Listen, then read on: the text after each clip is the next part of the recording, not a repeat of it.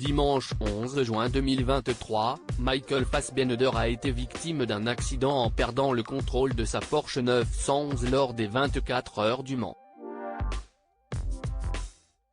Si les images sont impressionnantes, l'acteur s'en est sorti indemne. Une course qui s'est terminée dans le mur.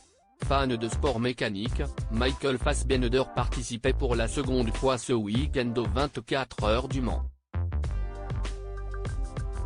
Dimanche 11 juin 2023, aux alentours de 11h45, l'acteur a perdu le contrôle de sa Porsche 911 et a heurté un mur. Alors que sa voiture ne pouvait pas être réparée pour qu'il reprenne la course, celui qui interprétait Magneto dans X-Men a été contraint d'abandonner. Une semaine plus tôt, l'acteur avait confié qu'il lui arrivait de refuser des rôles pour s'adonner à sa passion. Quand je conduis, je ne peux pas jouer, sinon personne ne me soutiendrait, donc pendant la saison de course, je ne tourne pas. J'ai une petite fenêtre pour travailler, de la fin octobre à la fin mars, avait-il confié. En toute transparence, Michael Fassbender avait expliqué, dans le cinéma, il y a beaucoup de pression, beaucoup d'argent en jeu, ce qui est similaire au sport automobile.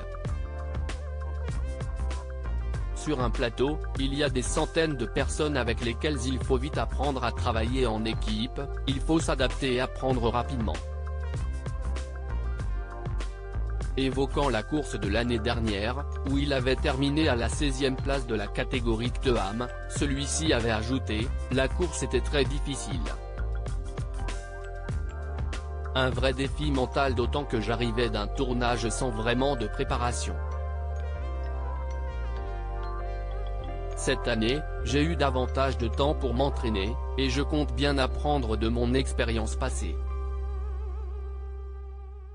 Michael Fassbender avait déjà été victime d'un accident en 2022, lors des 24 heures du Mans, l'acteur avait également eu un accident.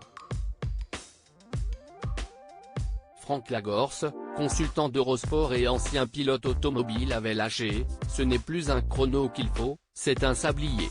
4 minutes, c'est pour les œufs à la coque, non? Un brin moqueur, il avait ajouté, les 24 heures du Mans, ce n'est pas une course comme les autres. C'est violent. Il y a 62 voitures au départ. C'est pour moi la course la plus dangereuse au monde. Quand vous n'avez aucune expérience, que vous prétendez avoir un coup de volant, sous prétexte que vous avez de l'argent, c'est compliqué.